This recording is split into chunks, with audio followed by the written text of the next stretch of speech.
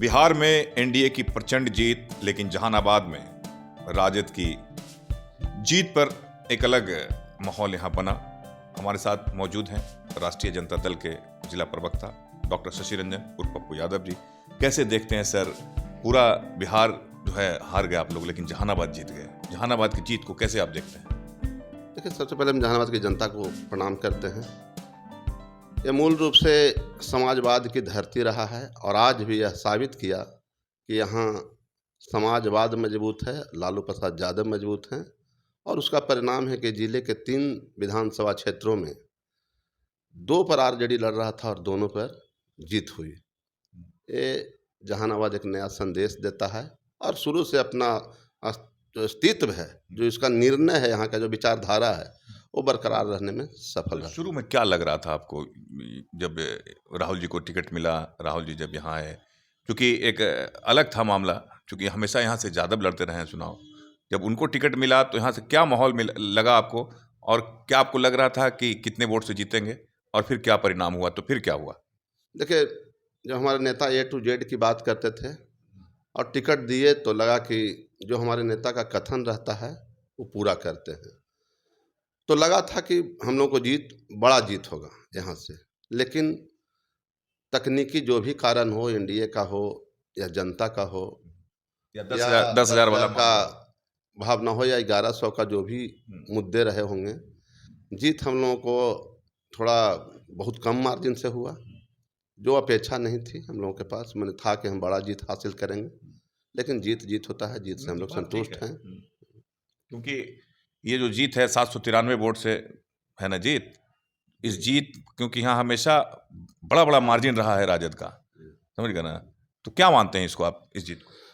देखिए, इस जीत को तो कहीं ना कहीं तकनीकी रूप से हम लोग जांच भी कर रहे हैं और इसका क्या कहाँ हम लोग से चूक हुई है। और हमारे जो वोट आता था पहले, वो वोट में हमको इजाफा हुआ है।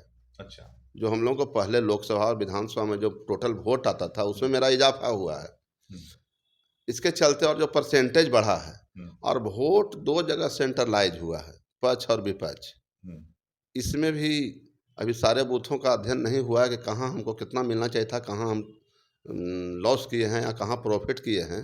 लेकिन कुछ माजरा है जो हम लोग सभी बूथों के मंथन करने के बाद और आपसी एक जो होता है विमर्श बैठेंगे तो उसमें तो लगता है कि कुछ ऐसा हुआ, कुछ ऐसा जादू हुआ कि इस तरह का रिजल्ट आया पूरे बिहार में। देखिए, अभी तो नहीं कुछ बता सकते हैं, क्योंकि सकारात्मक राजनीति पर हम भरोसा करते हैं और जनादेश को हम सम्मान करते हैं।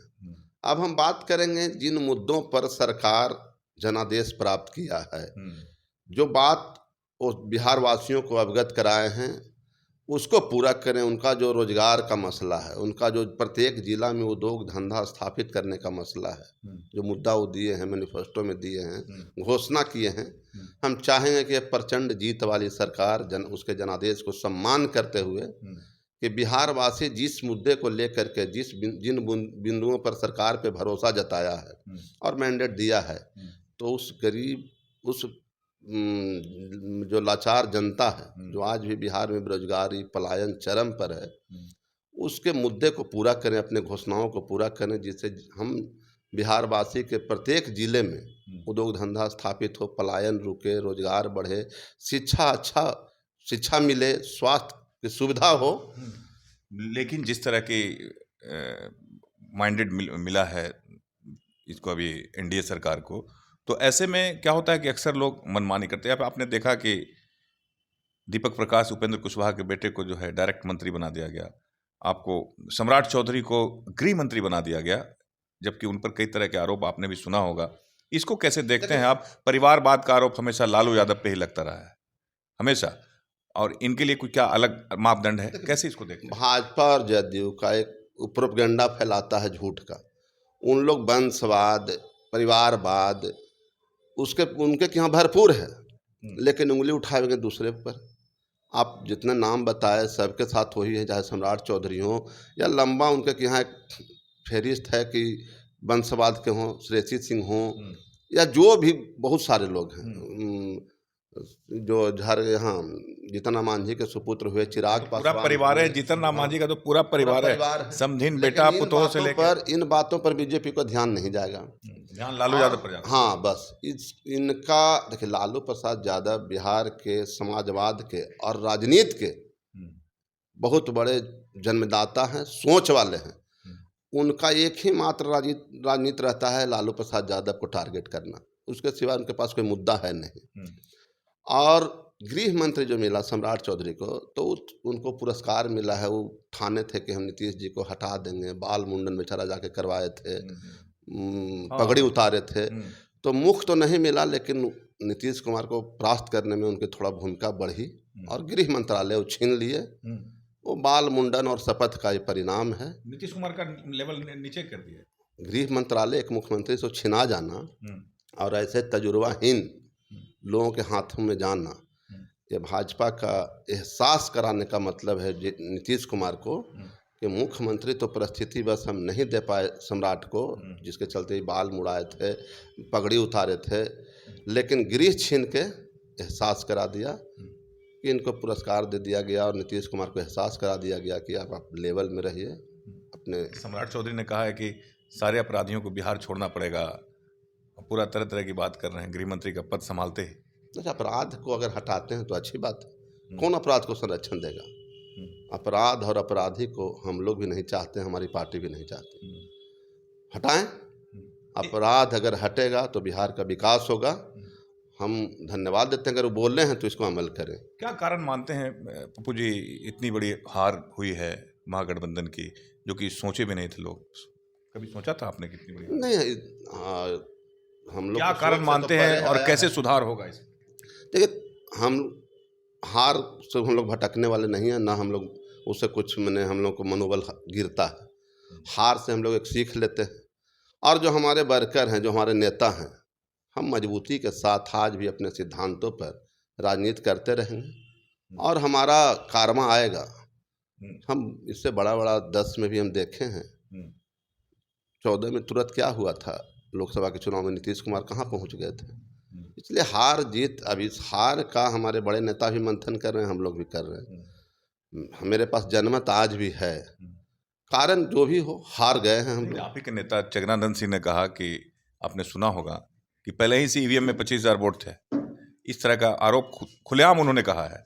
तो मानते हैं कुछ टेक्निकल हुआ या कुछ इस तरह का हुआ, कुछ जो है अदृश्य शक्तियों ने भी जो है रोल निभाया? बड़ा नेता हैं, उनके पास भी अनुभव है, उनकी बातों में सच्चाई है, तो उन बातों पर अब हम लोग को शीर्ष नेतृत्व से भी सिखाया गया है कि मैंडेट को सम्मान कीजिए और बिहार के विकास के लिए अग्रसर रहिए। सरकार से हम लोग ये मांग करते हैं, जैसे भाई हमारे जिले के मंत्री बने, सहकारिता मंत्री प्रमोद चंद्रवंशी जी, हम उनको ढेर सारी बधाई और शुभकामना देते हैं और आशा करते हैं कि जहानाबाद में ही नहीं, पूरे बिहार में जो बीसीओ और डीसीओ के माध्यम से गैर रैयत किसानों का जो धान जो घोटाला होता है खरीद में, जो मूल किसान है जिसके पास खेती है, उसके धान का खरीद नहीं हो पाता है, उचित मूल्य नहीं दे दिया जाता है उसको, लेकिन पदाधिकारियों के द्वारा और चंद दलालों के द्वारा गैर रैयत के नाम पर प्रत्येक पंचायत में गलत किसानों का चयन किया जाता है। हम चाहेंगे प्रमोद चंद्रवंशी जी इन बातों पर रोक लगाएं और सही किसान को उसका हक दिलाएं। इसलिए हम लोग सकारात्मक, पूरी तरह से सरकार को सकारात्मक तरीके से सहायता करेंगे और उनकी खामियों को नहीं। हम यही चाहेंगे कि जो बिहार के लिए बोल के आए हैं, जो बिहार वासी चाहता है कि हम पलायन न करें, हमको यहाँ रोजगार मिले, हमको यहाँ उचित शिक्षा मिले, ये जो नर्सिंग होम और प्राइवेट अस्पतालों का अंबार लगा हुआ है, एक मरीज को दलाली के नाम पे 20-50 हज़ार ठग लिया जाता है, रेफर करके पटना के प्राइवेट अस्पतालों में, इन चीज़ों में सुधार हो। क्योंकि लगता है कि सुधार होगा। देखिए, बोतल और जो बात है कि सब चीज़ वही है, चट्टा बट्टा सब एक ही है, हाँ, लेकिन जब जनता होना होता तब पिछले 5 साल जनता जो भरोसा किया है, उस जनता के मैंडेट को हम कह रहे हैं कि आप जिन बातों पे भरोसा किए हैं और सरकार को जनमत दिए हैं, आपके हाथ में आज भी सत्ता है, उन सारी बातों को आप पूरा करवाइए। और जहाँ जब जनता जागती है तो किसी का नहीं, जिंदा कौम 5 साल इंतज़ार नहीं करता है। और बिहार की जनता जब जनमत भी दिया है तो यही जनता इसको उतारने का भी काम करेगा और ये जनता इसे काम करवाएगा कि क्या क्या बोले हो वो पूरा करो। आखिरी सवाल करेंगे आपसे, क्योंकि आपने भी बहुत संघर्ष किया है राजनीति में। लगातार आप जहानाबाद में मेहनत भी कर रहे थे। लगातार एक हवा चुनाव के समय में उठा कि आप भी जो है बल्कि प्रयासरत थे टिकट के लिए, आपको टिकट भी नहीं मिला। उसके बाद फिर आप निर्दलीय भी प्रयासरत थे। फिर आपकी तेजस्वी से बात हुई, तेजस्वी यादव से, संजय यादव से फिर बात हुई। फिर इन सब चीज़ों को आप कैसे देखते हैं? क्या फ़ील हुआ इस पीरियड में? चूँकि आप तो जब भी कोई आदमी मेहनत करता है तो उसके मन में एक सपना भी चलता है कि हम भी मतलब सेवा करें, हम भी लगे। तो इसको कैसे आप देखते हैं? क्या कहना चाहेंगे? देखिए, जिले के राजनीति में सच्चाई और नीति के साथ हम जुड़े हुए रहते हैं। जो इस चुनाव में हमको अनुभव हुआ कि जो नेतृत्व से पहले भी हमको बातें अब हम अपना पक्ष रखे, नेतृत्व हमको अपना पक्ष बताएं।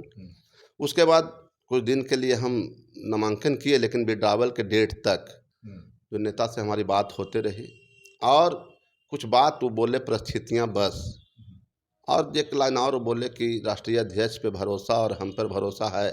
तो हमको सही में बहुत भरोसा है उन दोनों नेताओं पर। और राजनीति का ये अंग होता है, कुछ बात है जो हम मीडिया के सामने नहीं रख सकते। जो तेजस्वी जी भी जानते थे कि मैं नामांकन क्यों किया और वापस क्यों लिया, तो वो बात तो हम लीक करेंगे नहीं, क्योंकि भविष्य में मौका मिलेगा। हाँ, राजनीति में तो देखिए आशा है और सेवा भाव होता है। पार्टी में हम अपना अधिकार रखते हैं, लेकिन राजनीति हम संतुष्टि के लिए करते हैं, मानवता के सेवा भाव के लिए करते हैं, समाज के सेवा भाव के लिए करते हैं। और राष्ट्रीय जनता दल उन विचारधारा के साथ रहता है, मानवतावाद को समझता है, सामाजिक दायित्व को समझता है। इसलिए इस पार्टी से हम जुड़े हुए भी हैं। और हमारे नेता के बारे में सर्वमान्य है कि विश्व के सबसे बड़ा समाजवाद कोई नेता हैं और उनके पास नया नया थॉट है। लालू प्रसाद यादव की नीतियों को कभी परास्त नहीं किया जा सकता है। चंद दिनों के लिए कूटनीति के तहत उनको चुनाव में परास्त किया जा सकता है, लेकिन उनका नीति कभी परास्त नहीं हुआ है।